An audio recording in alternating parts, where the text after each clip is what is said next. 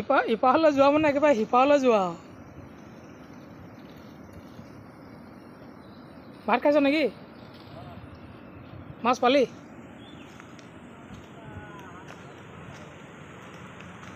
হ'লে আহ যোৱা পালি আৰু।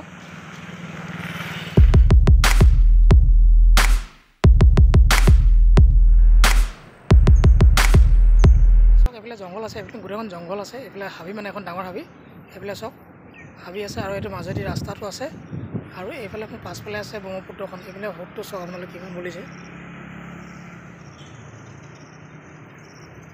ইমানটো সোঁত মাৰিছে আৰু এইফালে মই আগতে ভিডিঅ' কৰিছিলোঁ, এইটো চাপৰি আছিলে, চাপৰিটো মানে শেষ হৈ গ'ল বৰ্তমান। আৰু কিমান দূৰলৈকে নদী আছে চাওক এতিয়া।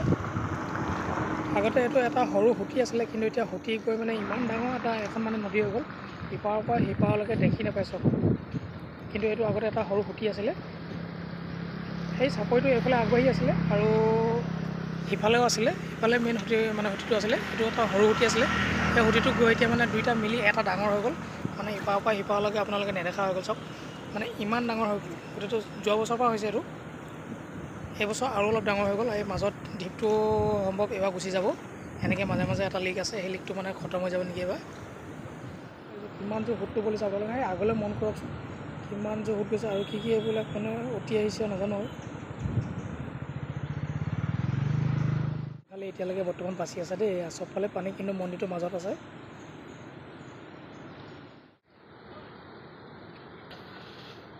এইফালে আগত গোটেইখন মাছ মৰা মানুহ আছে, মাছ মাৰিছে। কিছুমানে চাবলৈ আহিছে, কিছুমানে মাছ মাৰিছে। এয়া চব